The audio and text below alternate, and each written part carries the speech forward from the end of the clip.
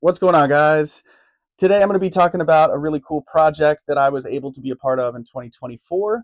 I got to work with a company called Scholastic, which I'm sure many of you have probably heard of, and it was for a book called The Deep Dark by Molly Knox Ostertag. I was able to create all of the music for the audiobook, chapter changes, different moods and pieces in there. So I wanted to do a little track breakdown, show you guys exactly how I created some of those pieces, some of those cues, and show you what I do. So let's jump in. As you can see, there's quite a few tracks going on here. When I'm working on these audiobooks, the way that I like to do it is I like to try to keep everything in one session if possible. So you can see up here on the top, I've got different markers for the pages, the cues that I'm working on, scene changes, as well as like BPM changes.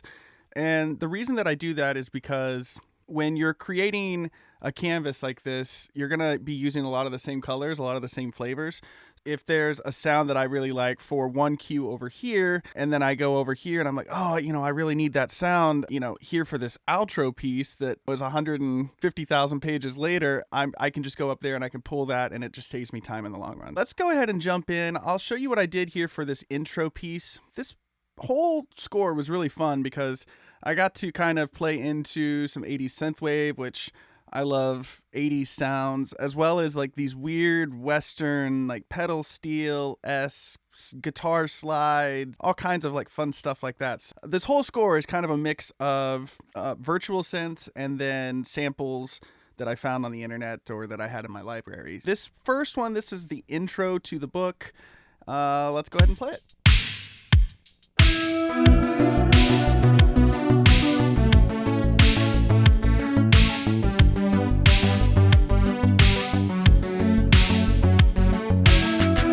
Okay, you kind of get the idea. It's really just like a 16-bar loop that pretty much repeats, and then there's things added and subtracted here and there.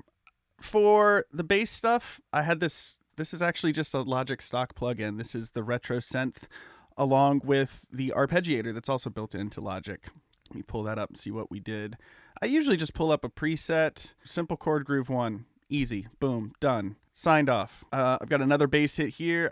That's the same thing, but without the ARP. The infinity pad. Let's see what I did here. Again, another stock synth from Logic. I'm telling you, their stuff is amazing, especially for stuff like this. It just it fits so well. One of the cool things that I did here, I used this CS80 from Arturia. If you guys aren't familiar with Arturia, they make really, really great plugins. It's all modeled after vintage synths. Some of them are really hard to find. This CS80 has been heard on a million different songs from the 80s. I think some Michael Jackson stuff. I just kind of found a preset in here that I like. I tweaked it a little bit, and that's where you're getting that lead sound from. It sounds like this.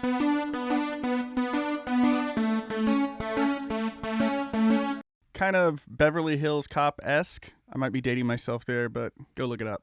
This next cue was a scene change. Again, I used a combination of VSTs and some samples. I put everything together. It's a really short cue, so let's listen.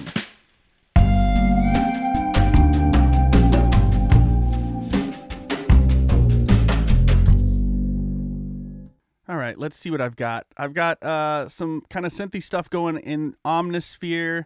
I bounced out. This says pit strings, but it's actually a stand-up bass from Trillion right here. Trillion is another instrument from Spectrasonics, the same people that do Omnisphere. They make really great stuff. If you haven't checked out either of those, definitely check those out. They're staples in my library. I've got this kind of tambourine. Again, not really a tambourine. I kind of mislabeled a lot of this stuff in here, but this is a drum loop that I found, and then this weird kind of guitar slide thing was another sample that I found. Kind of a mix of everything, but it just makes for a really great sample and a really great cue.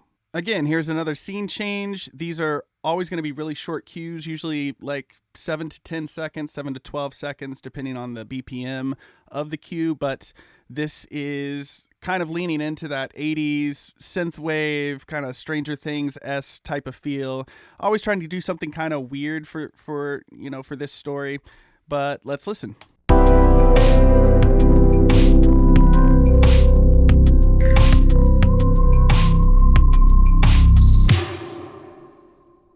All right, that one's fun because you can hear some of the like little sound design things that I put in there. So I've got this pad going. This is just a patch and serum.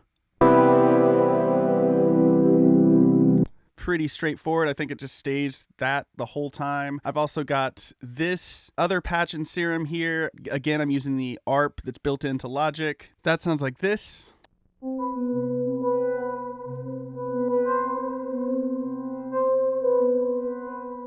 Just a cool, kind of weird, ethereal something. I don't know what you would even call that, but it's cool. Again, for that bass piece, I used another patch and serum, and then I bounced that out. That sounds like this. Oh, yeah. Great respace. And then I've got some like real 80s sounding drums. This is a drum loop I found. Quintessential 80s. Can't go wrong with that. And then I got some guitar notes, some clean notes, and this kind of whistle note thing going on down here. All right, this is the second to last cue that I'm going to show you. This one was for, there's a scene change in there, but there's also like some holiday stuff that's kind of happening. So I wanted to create kind of give that feeling, give some like jingle bells, some sleigh bells, that kind of sound. And also try to incorporate the other elements that we've already heard in this cue. So let's listen. You can kind of get a feel for where I was going with it.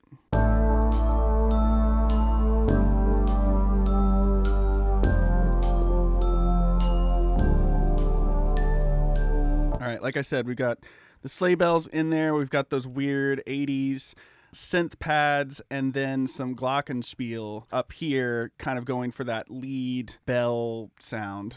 All right, this is the last piece I'm going to show you. This was the outro to the book. Again, it looks like we got about 16 bars of kind of one section, 16 bars that keeps building. This whole piece is probably about a minute or so. For a lot of these audiobooks, I don't really do anything. That's pretty much the longest that I'll ever do. Most of these cues are going to be anywhere between 5 and 30 seconds, with most of them being around like 10. Yeah, let's listen to this.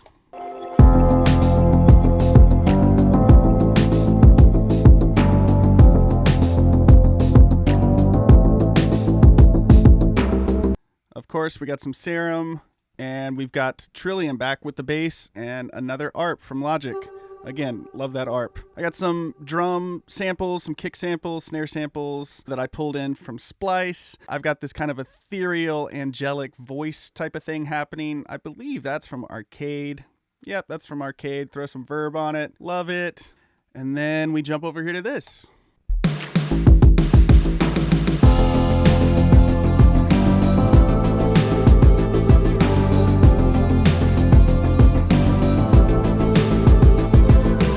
All right, again, it's the same thing, but it's just kind of filled out a little bit more. We've got the 16th hi-hats coming in to kind of pick up the feel of it. The tempo's the same, but it feels like it picks up a little bit.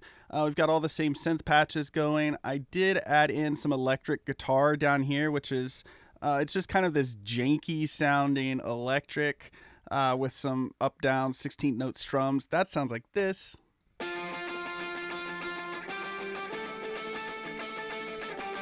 Pretty basic. That's just like your standard up-down strumming. Nothing fancy about that. And then pedal steel. This is a pedal steel sample that I found. Nathan Chapman, big country producer down in Nashville. Did a bunch of Taylor Swift stuff back in the day. Got this sample from him. That's nice. And that is pretty much the end of the cue breakdown today. This is such a fun project for me to do because I get to really have a lot of creative freedom. I'm making these little short pieces of music that are, 5 to 15 seconds or 30 seconds. And it really just kind of allows my creativity to do whatever I want. If getting into scoring audiobooks is something that you want to do, leave a comment. If you have any questions about any of the stuff that I showed you, please leave a comment in the messages. I'm going to try and get back to as many of them as I can. And as always, stick around because I have plenty more audio production tips, track breakdowns, and things like that to show you. So stick around.